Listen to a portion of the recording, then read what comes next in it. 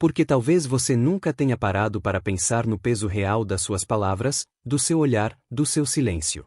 Um pai conta aos filhos uma história cheia de medo. Um incêndio terrível, uma tragédia quase anunciada. Ele não percebe, mas aquela narrativa cria imagens, sensações, vibrações. No dia seguinte, o filho tenta repetir a cena. Incendeia a sala de aula. Nada acontece por acaso. Tudo o que dizemos, tudo o que pensamos, tudo o que sentimos, toca o outro. E muitas vezes, machuca. Vivemos em um mundo onde pessoas morrem por solidão. Onde crianças e jovens desistem da vida sem deixar uma explicação. Onde pais choram perguntando como não perceberam. E a resposta quase sempre é a mesma. Faltou presença. Faltou escuta. Faltou vibração de amor. Essa mensagem é um alerta profundo. As nossas vibrações podem salvar ou empurrar alguém para o abismo. Assiste até o fim. Se inscreve no canal. Porque o que você vai ouvir agora pode mudar a forma como você trata quem está ao seu lado.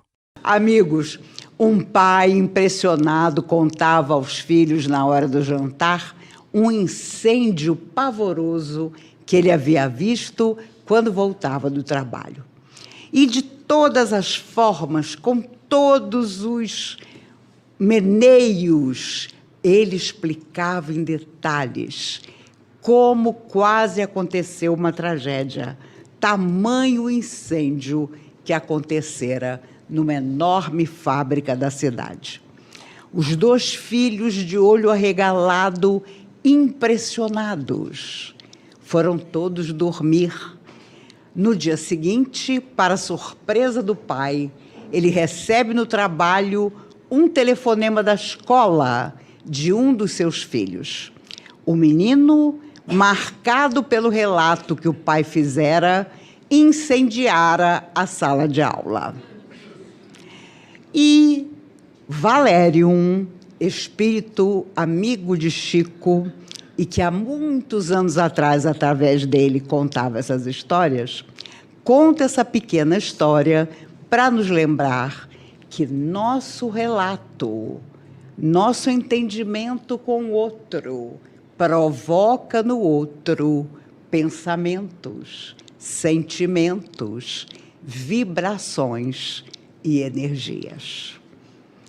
Às vezes, quando indiferentes ao nosso próximo, não percebemos que muitas das atitudes dele estão relacionadas com a nossa indiferença, com a nossa má vontade, com a nossa falta de tempo em ouvi-lo, e a pessoa se sente cada vez mais sozinha, porque neste setembro em que lembramos as almas que optam pelo suicídio, estamos esquecidos de que o suicida nunca quer morrer. Ele quer ajuda, mas muitas vezes não consegue. Em Brasília, de tempos para cá, há uma verdadeira epidemia de suicídios que a sociedade insiste em esquecer. Casos de meninos, de crianças de 9 anos, de 11 anos, que mal começaram a conhecer a vida. Meninos, muitos deles de famílias ricas. E o mais grave, quando você conversa com os pais não se conformam, porque a pessoa parte sem deixar uma frase, sem deixar uma explicação. Há semanas atrás, conversei com um pai que, naquele dia, lembrava que há 2 meses havia perdido o filho de 24 anos. Ele comprou pela internet todo o material para fugir da vida através do suicídio. E quando o pai o encontrou, não pôde fazer mais nada. E esse pai chorava desesperado. Como foi que eu não percebi? E então contou que o rapaz morava com a mãe, pediu para ficar com ele por um tempo e aparentemente manifestou uma vibração completamente nova. Estava animado, esperançoso, disfarçou de todas as maneiras a atitude que pretendia tomar. Quantas almas sofredoras já se manifestaram em casas, nos grupos mediúnicos, contando a mesma história, de terem disfarçado as suas atitudes menos dignas, os seus pensamentos mais difíceis, para, enfim, cometer a fuga da Terra. O ex-presidente Getúlio Vargas disse à sua única filha mulher, que ele adorava: não se preocupe, eu não vou me matar de jeito nenhum. Pode ficar tranquila. E a primeira palavra dela, quando escuta o barulho do tiro, entra no quarto e o encontra agonizante em cima da cama, já sem conseguir falar, foi: meu pai, você tinha me prometido, você prometeu que não tiraria a sua vida. E o olhar dele para ela, olhar de despedida, significava tudo, porque ele não conseguia mais dizer por que ele fizera aquilo. Depois de muito tempo de sofrimento, ele foi resgatado no mundo espiritual. E Eça de Queiroz, o grande escritor português, por afinidades que não vamos, de repente, descobrir quais eram, o recebeu num hospital do mundo espiritual. E, em certa conversa dos dois, enquanto caminhavam por um jardim, o ex-presidente Getúlio chega para Eça e pergunta: mas de que eu morri? Eu não me lembro de ter ficado doente. Eu não me lembro de ter desenvolvido nenhum sintoma para estar aqui desencarnado. O suicídio é algo tão impressionante para a alma eterna que há um choque vibratório profundo que faz com que muitos suicidas não se recordem do que fizeram. E era o caso de Getúlio Vargas. Bom, já recuperado, ele pediu no mundo espiritual para retornar ao Brasil e, se possível for, ser um futuro presidente da República. Mas Juscelino Kubitschek pediu a mesma coisa. Então, nós já temos um impasse, porque são pessoas bem diferentes. E, se Deus quiser, no futuro, estarão aí se debatendo num futuro prognóstico de serem, né, tomara que não seja na mesma eleição, um futuro presidente. Getúlio, por motivo óbvio, pelo suicídio, por uma série de questões que ficaram dos seus governos. E Juscelino, porque afirma que não fez tudo que deveria ter feito. E olha que ele fez Brasília. Então, vai ser uma parada daquelas, se os dois se enfrentarem. A verdade é que, quando sentimos uma vibração negativa, sabemos logo, porque pela nossa sensibilidade alguma coisa dói. Ou dói o estômago, ou dói a cabeça, ou dói o ombro, como se alguém estivesse sobre o nosso ombro, ou nos vem uma irritação profunda, inexplicada, o que é muito comum. Há muitos anos atrás, eu tinha uma samambaia na minha sala, que era a única planta que eu tinha, linda.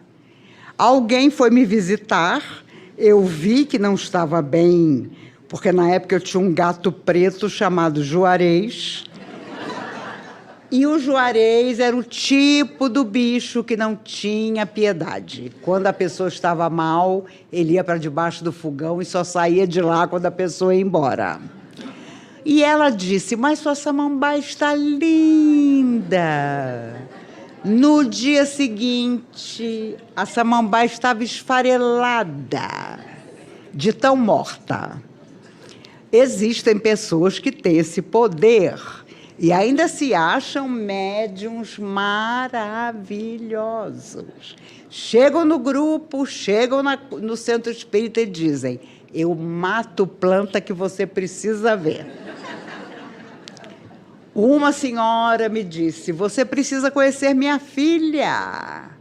Ela incorpora fazendo compra no Carrefour. Eu falei, preciso conhecer sua filha rápido. Porque imagina uma menina de 16 anos incorporando enquanto fazia a compra no Carrefour. Quem tem a vibração positiva, você pode ter certeza, você sabe. Porque a pessoa enfrenta tudo, mas tem uma coisa nela que não morre.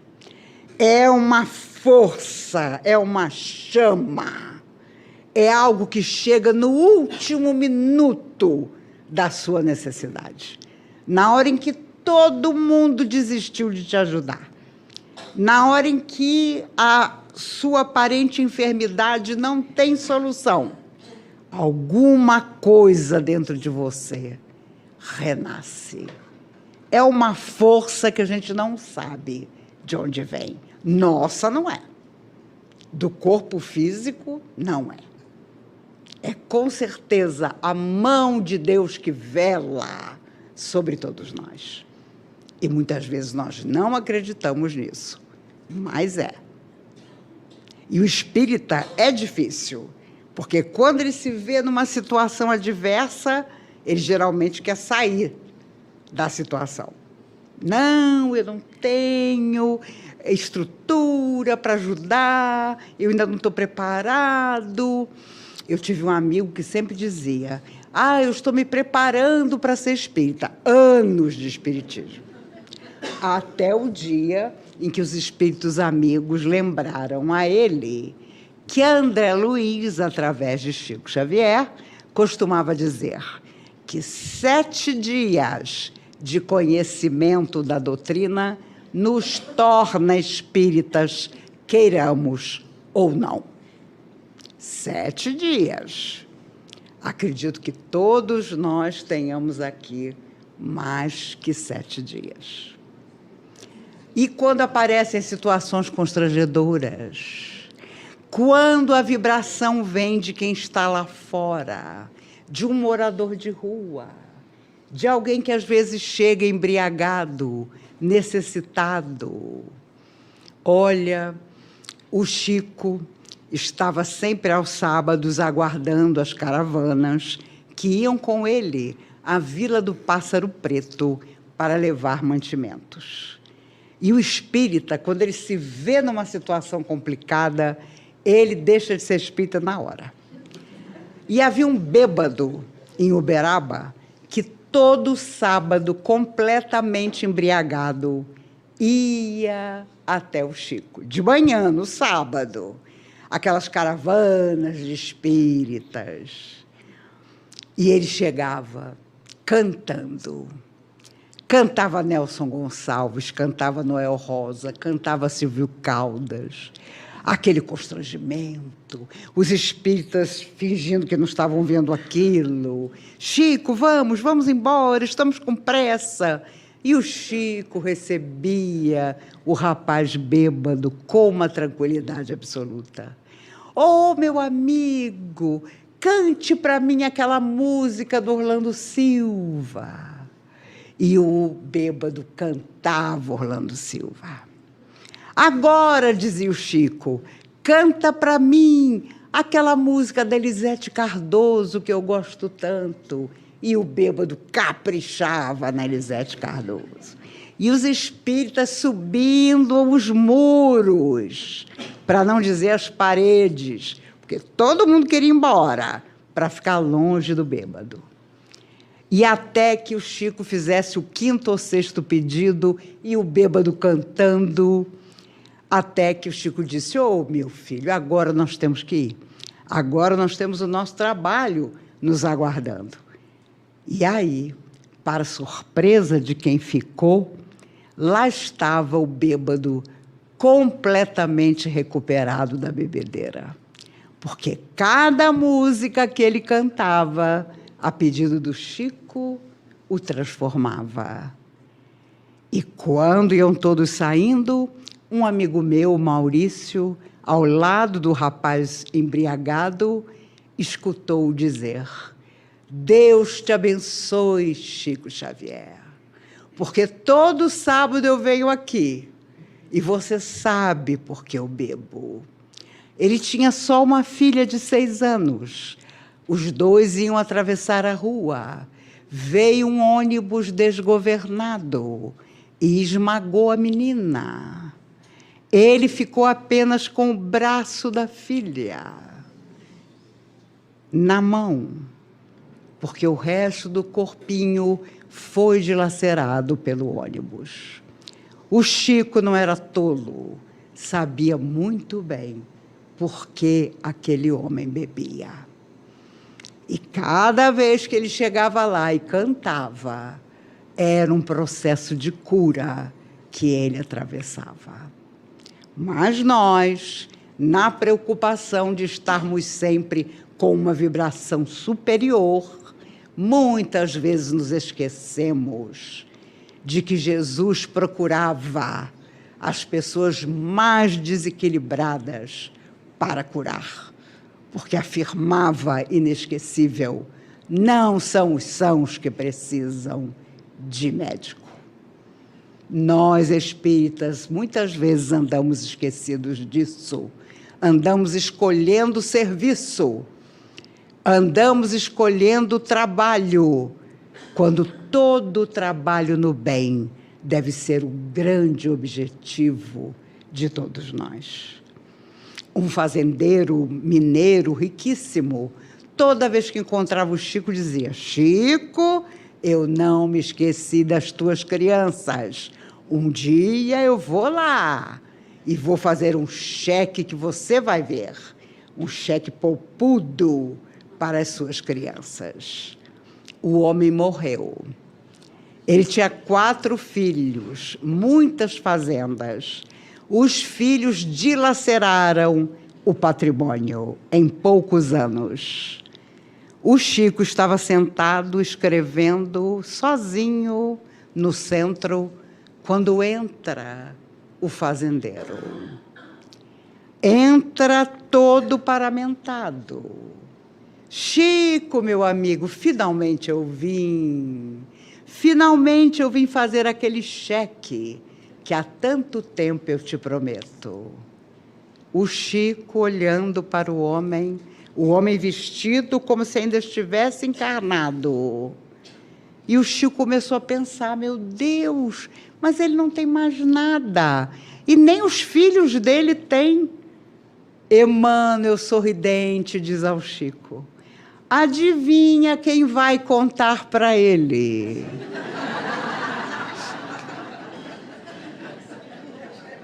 Que ele morreu, que os filhos tomaram conta de tudo, que não existe mais nada.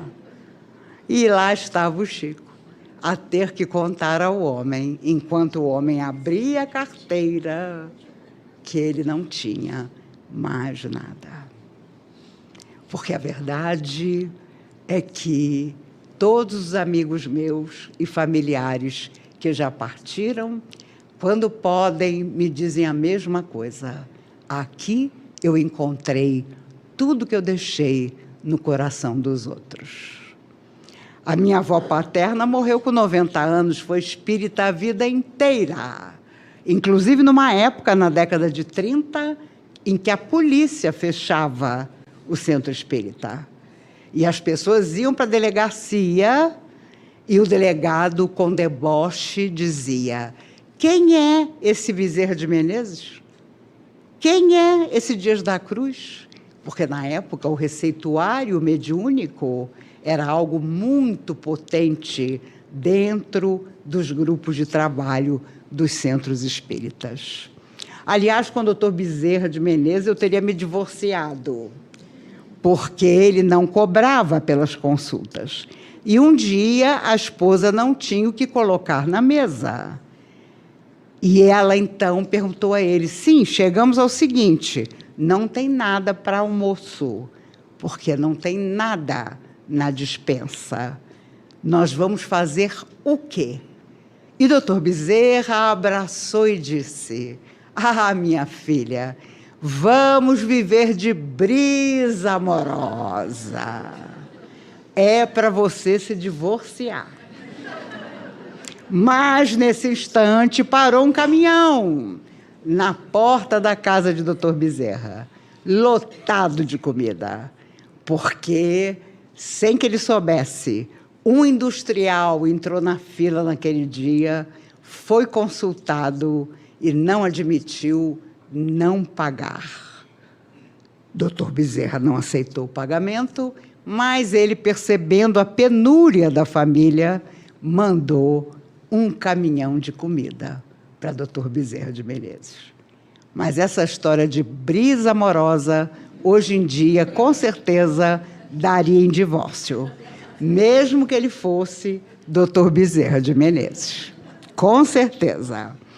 A nossa troca de vibrações nada mais é do que a nossa mediunidade, do que essa energia que temos no olhar, que temos no segurar a mão de alguém, que temos em dizer bom dia, que temos em preparar uma mesa para nos alimentar ao lado de alguém. Já conversei com muitos pais de jovens suicidas. E a coisa comum é, eu não fazia refeições com meu filho, eu não sabia quem eram os amigos do meu filho, eu não sabia com quem os meus filhos se relacionavam. E aí a surpresa da solidão absoluta, que a pessoa às vezes traz até de outras existências, para corrigir aqui sem conseguir. Por isso, tenhamos a nossa sensibilidade aguçada para perceber que não são as coisas materiais, mas as coisas emocionais que nós estamos precisando corrigir. Há anos atrás, um dos homens mais ricos de Brasília disse à única filha de 15 anos, eu e sua mãe vamos sair para comprar um lanche. Você não quer ir conosco? E ela, menina, com todas as condições, de colégio privilegiado, de muitos amigos, excelente aluna, disse ao pai, não, pai, vão vocês, me traz um sanduíche, me traz o sanduíche tal. Meia hora depois, quando ele voltou e colocou as luzes do seu carro na altura da varanda, ela havia tirado a própria vida, enforcando-se na varanda com a coleira do cachorro. Sem uma palavra, sem explicar para aquele pai e aquela mãe que dor era aquela. Já imaginaram o que é isso? E quantas vezes nós recebemos na casa espírita a pessoa que está a um passo de fazer isso? E é a nossa paciência, é o nosso carinho, é o nosso abraço, é o que bom que você está aqui conosco, que pode impedir que isso aconteça. E insisto nisso, porque se há uma coisa que nós espíritas estamos precisando é, vamos dizer assim, melhorar e muito o acolhimento na casa espírita para aquele que chega pela primeira vez. Eu já fui a casas espíritas onde eu me apresentei, sou eu a oradora, porque não havia ninguém para me receber. Isso não pode acontecer. Nós temos que estar atentos para que as pessoas que buscarem aquela casa saibam que elas encontraram um lugar onde vibração, sintonia, tudo está uniforme, preparado para que estejamos cada vez mais irmãos de verdade uns dos outros. Recordam-se no livro Há 2000 anos, quando o senador Públio Lentulus vai procurar Jesus para pedir que a sua filha, que estava doente, ficasse curada? Ele não queria grande coisa para a filha, não. Ele queria casá-la à força com um homem horrível, como, aliás, acabou conseguindo. E ela foi profundamente infeliz. Mas a primeira coisa que Jesus disse ao senador Públio foi: tu me procuras, senador. Seria melhor se me procurasses de dia. Públio Lentulus, para esconder-se de todo mundo, procurou Jesus na calada da noite. Nunca façamos isso de nossas vidas. Não procuremos o necessitado quando ninguém sabe que nós vamos apoiá-lo. Que nós façamos disso uma prática. Durante a Covid, perdi uma amiga muito bem casada, 4 filhos, 7 netos.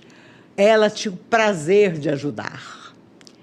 Se você dissesse que aqui estava se precisando de ajuda, em uma semana ela organizava na casa dela, por exemplo, o Festival do Cachorro-Quente. Convidava a cidade inteira. E a arrecadação era impressionante. Mas ela também chamava os moradores de rua, cortava o cabelo deles, chamava um podólogo para cuidar dos pés deles, porque geralmente eles não têm nada nos pés e seus pés estão feridos de andar descalços. Ela e o marido entraram no hospital com Covid. O marido saiu, ela não. Por isso eu sempre digo que Deus é muito seletivo. Ele só leva quem já aprendeu. Quem não aprendeu, pode ter certeza. Quando a tarefa não está terminada, você pode ter o diagnóstico que for, que você fica. Porque o seu lugar ainda é a terra. E quando eu penso que estou fazendo muita coisa, eu começo a fazer uma lista das pessoas difíceis que ainda existem no planeta. E se eu estou no mesmo planeta, adivinha? É porque estamos todos no mesmo diapasão de aprendizado. Só que os caminhos são um pouco diferentes. Na verdade, Chico Xavier sempre foi aquela figura que, se podemos resumir todas as belezas da vida dele, nunca desanimou. Quando ele começava a psicografia, era a luz de vela, com lápis. Ele olhou para a vela e, de repente, ele viu a vela meio difusa. E ele começou a coçar o olho. E ele não estava enxergando a vela direito. Ele estava começando a trabalhar na psicografia. Pois o Dr. Bezerra de Menezes aparece, olha para o olho dele e diz: "Ih, meu filho, não é que o seu olho ficou doente de verdade? Pegou uma vibração, uma energia que as almas que sofrem, sabendo da sua tarefa, lançaram sobre você, meu filho." Gente, só Chico Xavier para continuar, né? Porque eu botava aquele lápis em cima da mesa e dizia: "O trato está desfeito. Como é que eu mal comecei e já perco um olho?" E foi exatamente o que aconteceu. Mas ele continuou. Olha, continuar é mais difícil do que desanimar. Porque desanimar a gente pode, mas desistir, não. Desistir é privilégio que nós já não temos, porque já fizemos isso em encarnações que se passaram. não é novidade. Agora nós temos que permanecer. E é tão extraordinário porque mês passado eu estive com o Raul Teixeira, eu e ele fazendo palestra lá no Maranhão. E aí a gente conversando sobre as nossas dificuldades de saúde, tanto eu como ele, e ele dizendo, Maíse, nós tivemos moratória, eu e você. É porque não está terminado. Então, até terminar, nós vamos em frente. Eu falei, tem razão, Raul. Por isso que você é um fofo absoluto. Ele, com aqueles olhos verdes maravilhosos que ele tem, brilhou, porque ele simplesmente aprendeu a falar novamente depois de um AVC de 11 anos atrás. O lado direito não funciona, ele aprendeu a usar o lado esquerdo. Ele autografou tantos livros, graças a Deus, lá no Maranhão, que não sobrou um. Mas vocês precisavam ver ele autografando com a mão esquerda. A letra perfeita, porque quem não desiste vai em frente e reaprende tudo. E é por isso que, na hora da nossa vibração da prece, peçamos às forças do bem que protegem o universo que estejam conosco. Essa seja a nossa prece mais comum. Que as forças do bem que protegem o universo estejam conosco. Porque, é claro, quando Jesus chega à cidade e Maria e Marta vêm chorando dizer, Jesus, Lázaro está morto. E ele começou a chorar. Jesus chorou ao saber que Lázaro estava morto. Mas foi até o túmulo, tirai a pedra, Lázaro vem para fora. E Lázaro sai do túmulo, completamente envolvido em panos. E Jesus diz simplesmente, desatai-o e deixai-o ir. Jesus nunca curou alguém dizendo, vem para junto de mim, se torne um discípulo meu, se torne um seguidor meu. Ele tinha os 12, mas sabia que todos que ele curava, colocando a mão em seus corações, não eram necessariamente aqueles que o seguiriam. Desatai-o e deixai-o ir. E Lázaro segue o seu destino, curado por Jesus, mas, de forma inesquecível, mais tarde, ficou doente novamente e desencarnou. Ali, quando ele ressurge dos mortos, estava cumprido o compromisso que ele tinha feito com Jesus. Meus amigos, já me avisaram que o tempo está esgotado. Eu queria apenas lembrar que as pessoas sempre pensam um monte de coisa da gente. Se a gente se pautar pelo que as pessoas pensam, a nossa vibração vai ser sempre tristinha e a nossa energia sempre para baixo. Porque a gente vai pensar, será que ele gosta de mim? Será que ela me respeita? Será que eu estou sendo uma boa pessoa? Eu tenho que saber que eu sou uma boa pessoa. Mas havia um senhor na fila, ele era o último da fila, para abraçar o Chico. Numa época que o Chico estava viciado, ele mesmo confessaria depois, em biscoito de araruta. E biscoito de araruta engorda. E ele estava mais para o lado gordinho. Então, o homem vinha vindo, a fila ficando menor, e o homem pensando, nossa, como o Chico está gordo. E chegando perto. Nossa, mas o Chico está tão gordo que está parecendo um sapo gordo. Quando o Chico o abraçou, ele, claro, disfarçando, como tantos fazem, disse, e aí, Chico, como você está? E o Chico, oh, meu filho, estou aqui, você sabe, um sapo gordo. Porque ele se esqueceu que não importava o quão longe você estivesse. Para uma alma como Chico Xavier, o seu pensamento se espraiava. O que eu desejo a todos nós nessa noite tão feliz é que as forças do bem em nós se espalhem na direção do outro. Que o outro seja o nosso objetivo de amar e de servir. Já amamos e servimos, mas não fomos bem na nossa intenção.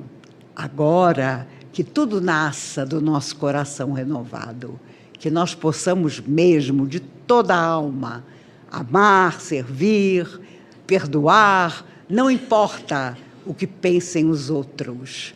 Um dia, no mais além, nos perguntarão: e você, meu amigo, o que deixou na terra, no coração dos outros? No mundo espiritual, não levamos títulos, dinheiro ou discursos. Levamos apenas o que deixamos no coração dos outros. As vibrações que emitimos são a nossa verdadeira herança. Um abraço dado na hora certa. Um silêncio respeitoso. Um olhar que não julga. Chico Xavier entendia isso. Por isso acolhia o bêbado ignorado por todos. Cada música cantada era uma cura. Cada atenção era um resgate silencioso. Jesus também fez assim. Curou e disse: desatai e deixai ir. Nunca exigiu nada em troca. A pergunta final não será se você acertou sempre. Será se você amou. Se acolheu. Se serviu. Se essa mensagem tocou você, compartilhe com alguém que anda silencioso demais. Deixe nos comentários o que ficou no seu coração. E se inscreva no canal para seguirmos juntos nessa jornada de consciência e vibração elevada. No fim, a vida vai perguntar: o que você deixou no coração dos outros?